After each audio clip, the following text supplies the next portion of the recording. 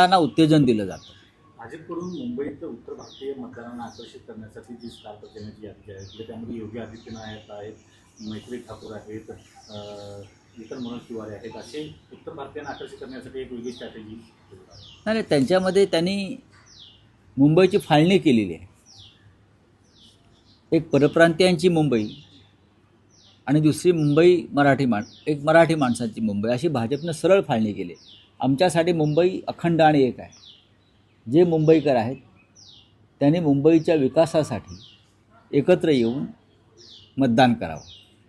पण भारतीय जनता पक्षानं कायम प्रांतवाद, जातवाद आणि धर्मवाद या आधारावर निवडणुका लढल्या आणि मुंबईसुद्धा तेच करत आहेत. तुम्हाला योगी आदित्यनाथ मुंबईत कशा करता पाहिजे, मैथिली ठाकूर कशा करता पाहिजे, किंवा अन्य कोणी कशा करता पाहिजे, कशा करता पाहिजे? तुम्ही सक्षम नाही आहेत का? हा जर मतदार मुंबईचा नागरिक आहे, मुंबईकर आहे, तर मग भारतीय जनता पक्षाच्या महाराष्ट्रातल्या नेत्यांनी त्यांच्यासमोर गेलं पाहिजे. पण तुम्ही योगींना आणणार, तुम्ही रेखा गुप्ताला आणणार, तुम्ही मध्य प्रदेशच्या मुख्यमंत्र्यांना आणणार, म्हणजे त्या प्रांताचे जातीच्या लोकांना त्या भागातून लोक आणून तुम्ही आकर्षित करण्याचा प्रयत्न करताय. मग तुम्ही काय करताय इतके वर्ष मुंबई महाराष्ट्रात? तुम्ही जिंकण्याची गोष्ट करताय ना, मग तुम्ही जिंकून दाखवा ना. राऊतसाहेब, छत्रपती संभाजीनगरमध्ये रशीद मामूनचा जो प्रवेश आहे तो वादग्रस्त बनताना आपल्याला पाहायला मिळतं. कारण स्वतः चंद्रकांत खैरेंचा विरोध आहे आणि देवेंद्र फडणवीसांची प्रतिक्रिया आलेली आहे की हिंदू हृदय सम्राट बाळासाहेबांच्या सुपुत्राकडून मतांसाठी लांबून चालन केलं जातंय अशी टीका फडणवीसांची. आणि त्यांचं असं म्हणणं आहे की ठाकरेंना विशिष्ट लोकांचे जोडे चाटायचे आहे. जसे तुम्ही अजित पवारांचे चाटताय, अशोक चव्हाणांचे चाटताय, सर्व भ्रष्टाचारांचे चाटताय निवडणुका जिंकण्यासाठी, हे काय आहे? रशीद मामू वगैरे विषय सोडून द्या. निवडणुका जिंकण्यासाठी तुम्हीसुद्धा या देशातल्या सर्वोत्तम भ्रष्टाचारांचे जोडे चाटताच आहात ना. ज्यांना नरेंद्र मोदींनी भ्रष्टाचारी ठरवलं असे अजितदादा पवार, अशोकराव चव्हाण यांचे जोडे कोण चाटतंय? कशा करता चाटताय? मग हे सगळे एकाच माळेतले मणी आहेत.